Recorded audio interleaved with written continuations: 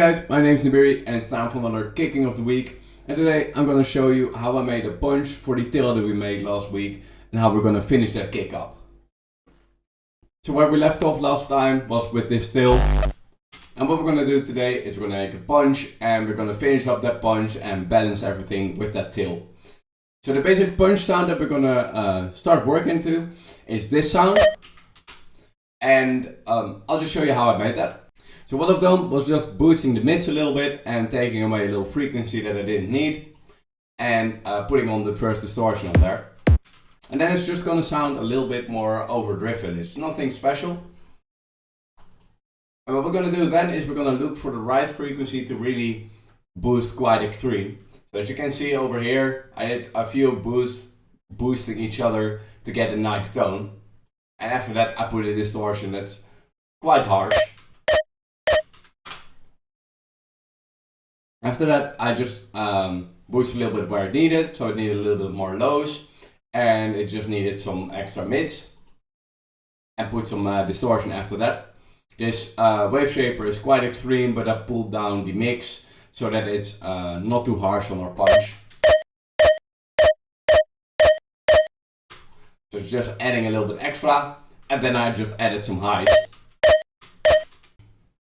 Now when you try to make your own punches, you can really go wrong with that tuning and EQing of that punch that you're working on. And over here I have a wrong pitched version of this punch and a right pitch. And what I mean with that is over here, this one is just a little bit too high. The bells that I did in the mids were a little bit too high.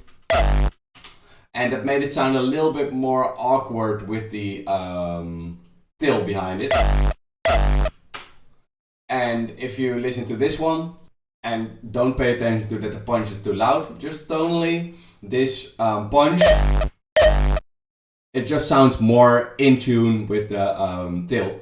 So you kind of want to pay attention to that when you make such huge peaks in the mids, just put some time in there to get them at the right spot. Don't make them out of tune with your tail. So I exported our punch and started pogoing it a little bit, pitching it down just so it felt a little bit better with the tail. And after that I just put a kick underneath there, just a groove kick 30, found it in the same folder as the other kicks. And I just started distorting that.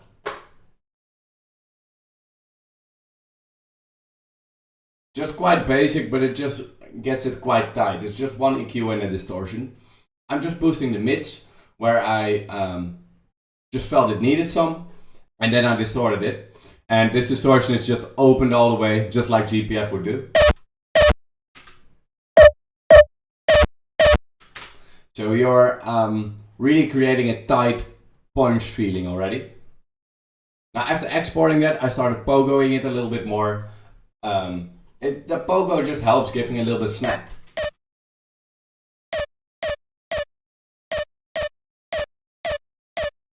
So it's just a matter of playing around a tiny bit, finding that sweet spot. And after that I put under there a new club kick. And the reason why I add so much club kicks and then start distorting again is because this club kick gives more body and more it's a more tight feeling to this punch.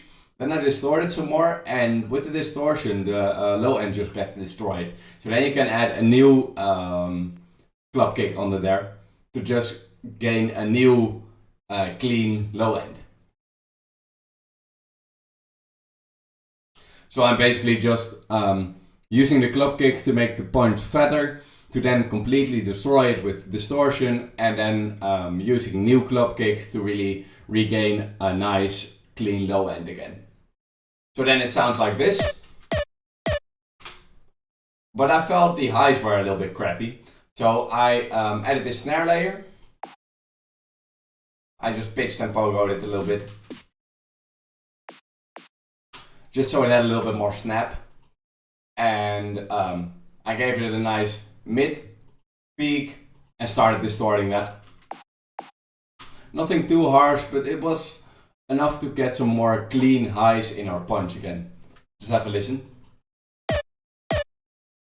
If I take away the snare, it just sounds less nice.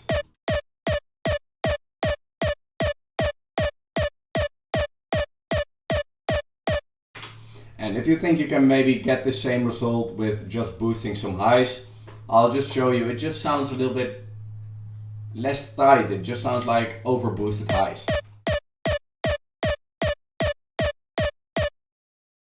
And that compared to the snare. It's just, the snare just gives some extra body as well. And that's what we need at this stage. So after having this punch layer done, we got this punch and just this kick.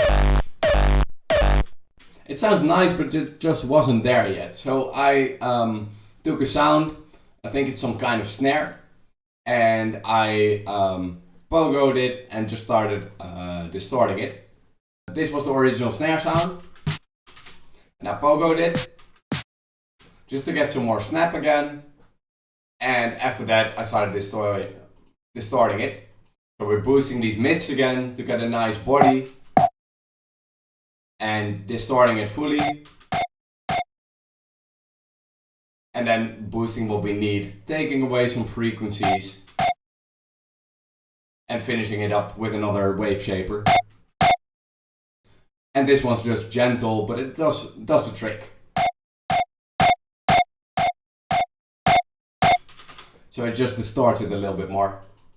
And then we layer these two together.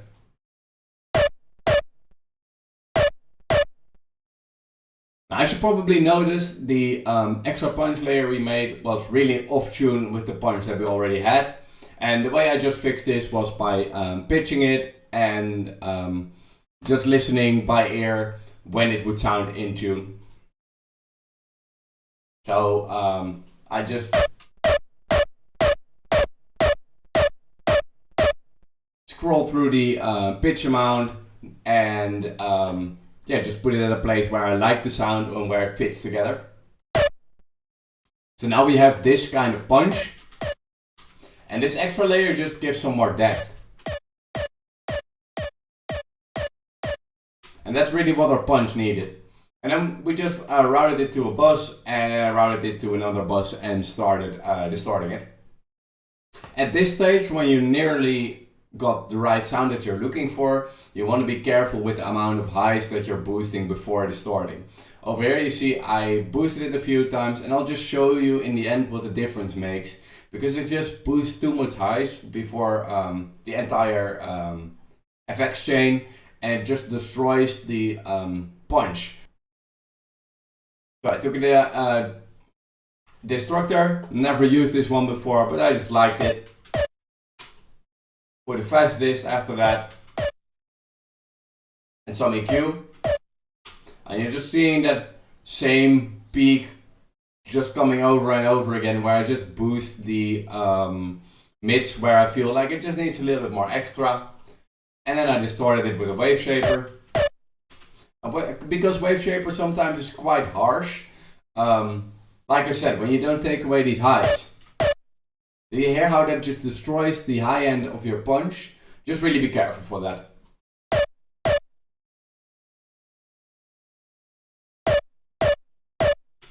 Boosting some other frequencies that I felt were needed.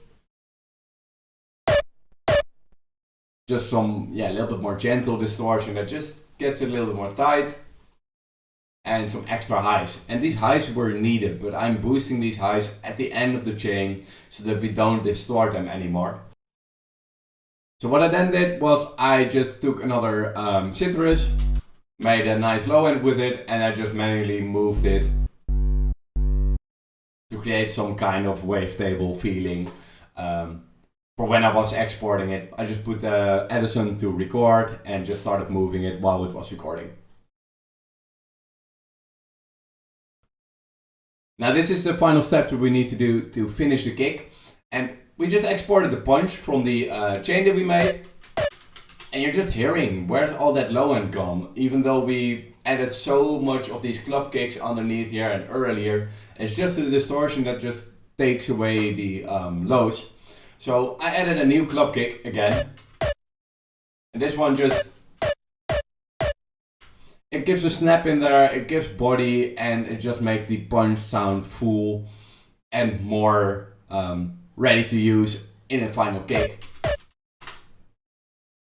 And for the tail, I just moved this so it was in phase and gave it a little cut because we don't want the lows to be playing when our punch is playing. So we got our tail sounding like this, and the low end just giving more warmth. And that just makes a huge difference. And we put the punch in there, and we take some reverb from the punch, just exporting it through my reverb send and putting it in there. Giving it some movement with some automation, and that's just how I finished up this kick.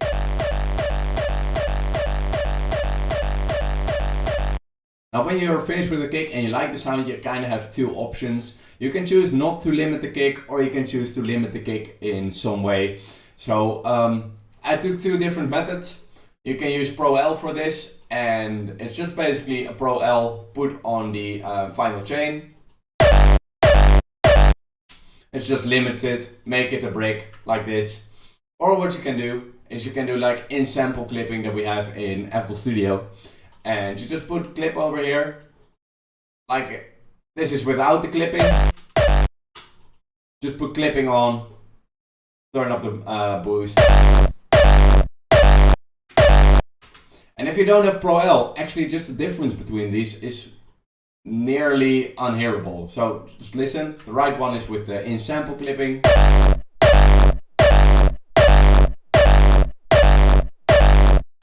So it is really not a big change in the quality of a Pro L clip or in sample clipping. So just finish it up with some limiting, and that's when we get this kick.